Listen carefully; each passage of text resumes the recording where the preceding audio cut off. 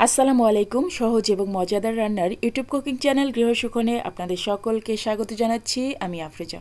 চলে আসলাম নতুন আরও একটা রেসিপি নিয়ে। আমার আজকের রেসিপি ফুলকপি, আলু আর শিম দিয়ে ইলিশ মাছের তরকারি। শীতকালের যে কোনো সবজি দিয়ে মাছ রান্না করলে কিন্তু অসাধারণ খেতে হয়। আর তাও যদি সেটা হয় ইলিশ মাছ, তাহলে তো আর কথাই নেই। গরম ভাতের সাথে এই ধরনের তরকারি থাকলে আমার মনে হয় না আর কিছু দরকার আছে। আজকের ভিডিওতে সবজি দিয়ে মাছ রান্না করতে গেলে কী ধরনের টিপস এবং ট্রিক্স ফলো করতে হয় পুরাটাই বলে দিব। তো ভিডিওটা প্রথম থেকে শেষ পর্যন্ত দেখতে থাকুন। আর ভালো লাগলে অবশ্যই like, share and subscribe my channel and follow my Facebook page গৃহসুখন। আমার অল সাবস্ক্রাইবারদের অনেক অনেক ধন্যবাদ জানাচ্ছি চ্যানেলটাকে সাবস্ক্রাইব করার জন্য। তো চলুন আজকের রান্নাটা শুরু করি। প্রথমে আমি ইলিশ মাছগুলোকে নিয়ে নিয়েছি ভালো করে পরিষ্কার করে। আর এখন এর মধ্যে দিয়ে দিচ্ছি লবণ আর হলুদ। লবণ আর হলুদ দিয়ে ভালো করে মাখিয়ে নেব। তারপরে এর মধ্যে 1.5 চা চামচের মতো তেল যোগ করব। তেল দেওয়ার কারণে মাছটা যখন আমি ভাজতে যাব তখন কিন্তু তেল ছিটে ছিটে গায়ে পড়বে না। তো সেজন্য ম্যারিনেট করার সময় যে কোনো মাছে একটু তেল দিয়ে দিলে ভাজির সময় আর তেল ছিটে আসে না গায়ে। তাই একটু তেল দিয়ে ম্যারিনেট করে নিলাম। আর ম্যারিনেট করে আমি খুব বেশিক্ষণ রাখবো না, এখনই আমি ফ্রাই করে ফেলবো মাছগুলোকে। তো চুলায় একটা কড়াই বসিয়ে দিয়েছি আর তাতে দিয়ে দিয়েছি কিছুটা তেল। আর এখন এর মধ্যে মাছগুলোকে আমি ভেজে নিব। তো যেহেতু এটা ফ্রাই প্যান না বা ননস্টিক না, সেজন্য আমি এখানে কিছুটা লবণ দিয়ে দিলাম যেন মাছগুলো লেগে না যায়। একটু লবণ দিয়ে দিলে কিন্তু আর মাছগুলো কড়াইয়ের সাথে লাগবে না। আর অবশ্যই তেলটা গরম হওয়ার পরে মাছটা ছাড়বেন, তাহলে দেখবেন মাছটা কিন্তু আর কড়াইয়ের সাথে লেগে ভেঙে যাবে না। এখন মাছগুলোকে এক পাশ হওয়ার পরে আরেক পাশ উল্টে উল্টে দিতে হবে। তো যেহেতু এটা ইলিশ মাছ, খুব বেশি ভাজার দরকার নেই। যদি এটা অন্য কোনো মাছ হতো তাহলে একটু বেশি ভেজে নিতে পারতেন। ইলিশ মাছ খুব বেশি ভাজার দরকার হয় না। তো সবগুলো মাছ আমার এক পিঠ ভাজা হয়ে গিয়েছে, যার কারণে আমি আরেক পিঠ ভেজে নিচ্ছি। মাছগুলো আমার প্রায় ভাজি করা হয়ে গিয়েছে। তো আমি এখন মাছগুলোকে উঠায় নিব। আর মাছগুলোকে উঠায় নেওয়ার পরে এই যে তেল দেখছেন, এই তেলের মধ্যে কিন্তু আমি সবজিগুলোকেও একটু করে ভাজি করে নিব। এতে করে সবজিগুলো খেতে অনেক বেশি ভালো লাগে, তাই সবজিগুলোকেও একটু ভাজি করে নিতে হবে। আমি সবার প্রথমে আলুগুলাকে ভেজে নিচ্ছি, কিন্তু আলুগুলাকে সবার প্রথমে না ভেজে ফুলকপিগুলাকে সবার প্রথমে ভেজে নেবেন। এতে করে ফুলকপিগুলা খুব সুন্দর মতো ভাজি হয়, কারণ তেলের পরিমাণটা তখন বেশি থাকে। তো সেক্ষেত্রে ফুলকপি অনেক তেলের মধ্যে যদি একটু ফ্রাই করে নেন তো ফুলকপিগুলো খুব সুন্দর মতো ফ্রাই হয়। আমি অবশ্য সবার শেষে ফুলকপি ফ্রাই করেছি, বাট আসলে সবার প্রথমে ফুলকপিটা ভাজি করা দরকার ছিল। তো এখন শিমগুলোকেও একটু হালকা ফ্রাই করে নিলাম, আর এরপরে শিমগুলোকেও উঠাই নিচ্ছি। আর এরপরে আমি ফুলকপিগুলোকে ভাজি করে নিব। তবে আপনাদের যখন এই ধরনের তরকারি রান্না করবেন আপনারা, তখন অবশ্যই ফুলকপিগুলোকে আগে ভেজে নেবেন। এখন ফুলকপিগুলো দিয়ে দিচ্ছি। ফুলকপিগুলো একটু ভাজা হয়ে গেলে এগুলাকেও আমি উঠাই নিব।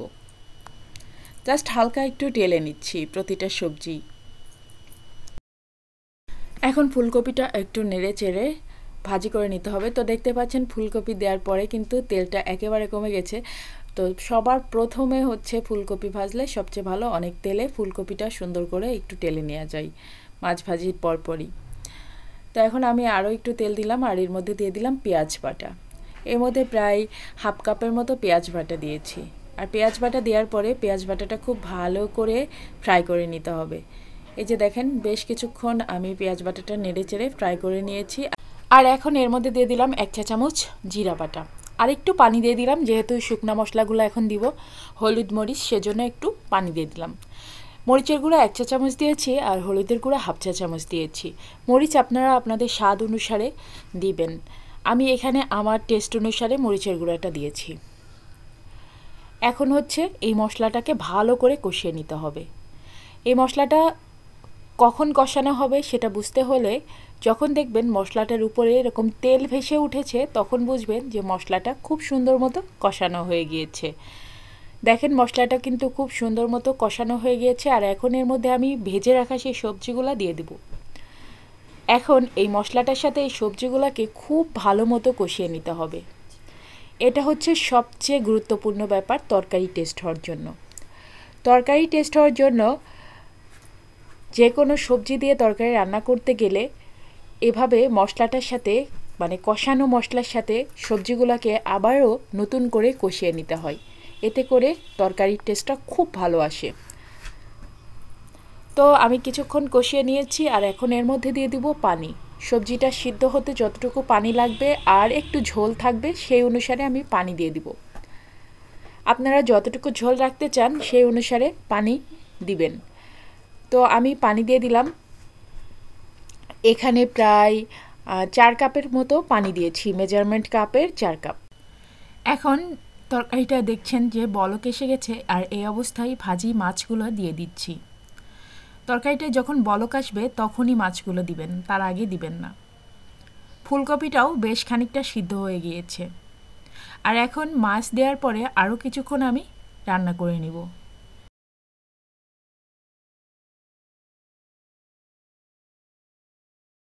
মাছগুলো দেওয়ার পরে আরও 5 মিনিট আমি তরকারিটাকে খুব ভালো করে কুক করে নিয়েছি আর এখন এর মধ্যে দিয়ে দিচ্ছি ধনিয়া পাতা কুচি আর কিছু কাঁচামরিচ কুচি দিয়ে দিব। আপনারা এই শীতকালে তরকারিতে কারা কারা ধনিপাতা খেতে পছন্দ করেন আমাকে কমেন্ট করে জানাবেন। ধনিপাতা কিন্তু আমার খুব ভালো লাগে আর এর ফ্লেভারটা ভীষণ ভালো লাগে। আর কাঁচামরিচটা কয়েকটা ফালি ফালি করে কেটে দিয়েছি, জাস্ট একটু সুন্দর ঘ্রাণ এর সাথে অ্যাড হবে। এভাবে সবজি তরকারি রান্না করলে কিন্তু খুব মজা হয়। আর যে কোনো মাছ দিয়েই কিন্তু আপনারা শীতকালীন সবজিটা খেতে পারেন। শীতকালীন সবজিটা খেতে তো এমনিতেই মজা হয় আর মাছের সাথে তো অসাধারণ লাগে। আমি চুলাটাকে অফ করে দিব কারণ আমার রান্নাটা কমপ্লিট হয়ে গিয়েছে আর অসাধারণ একটা তরকারি রান্না করা হয়েছে আজকে। এটা খেতে দুর্দান্ত। গরম ভাতের সাথে এরকম তরকারি থাকলে দুপুরে খাবারের প্লেটে আর কোনো কিছুই লাগবে না। আমার আজকের ভিডিওটা কেমন লাগলো কমেন্ট করে আমাকে জানাবেন। আর ভালো লাগলে অবশ্যই আমার চ্যানেলটা সাবস্ক্রাইব করে দিবেন। পাশে থাকা বেল আইকনে একটা প্রেস করে দিবেন, এতে করে আমি যে কোনো ভিডিও দিলে তার নোটিফিকেশন আপনার কাছে পৌঁছে যাবে আর সহজে আপনি আমার নতুন ভিডিওটা দেখে নিতে পারবেন।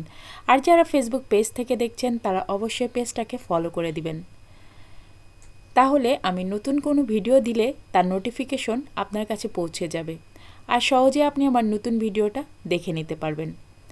আর অবশ্যই শীতকালের সবজিটা বেশি বেশি খাওয়ার চেষ্টা করবেন। শীতকালের সবজিগুলো খেতে অসাধারণ হয় আর তার সাথে যে কোনো ধরনের মাছ যদি আপনি অ্যাড করেন তাহলে তো কথাই নেই।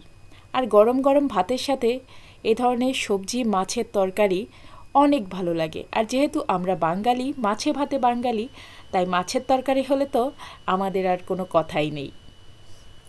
ভিডিওটা শেষ করছি। সবাই ভালো থাকবেন, সুস্থ থাকবেন, হেলদি খাবার খাওয়ার চেষ্টা করবেন। আমার পরিবারের জন্য সবাই বেশি বেশি করে দোয়া করবেন। আজকের মতো আল্লাহ হাফেজ। দেখা হবে, কথা হবে আবার নতুন কোনো ভিডিওতে ইনশাআল্লাহ।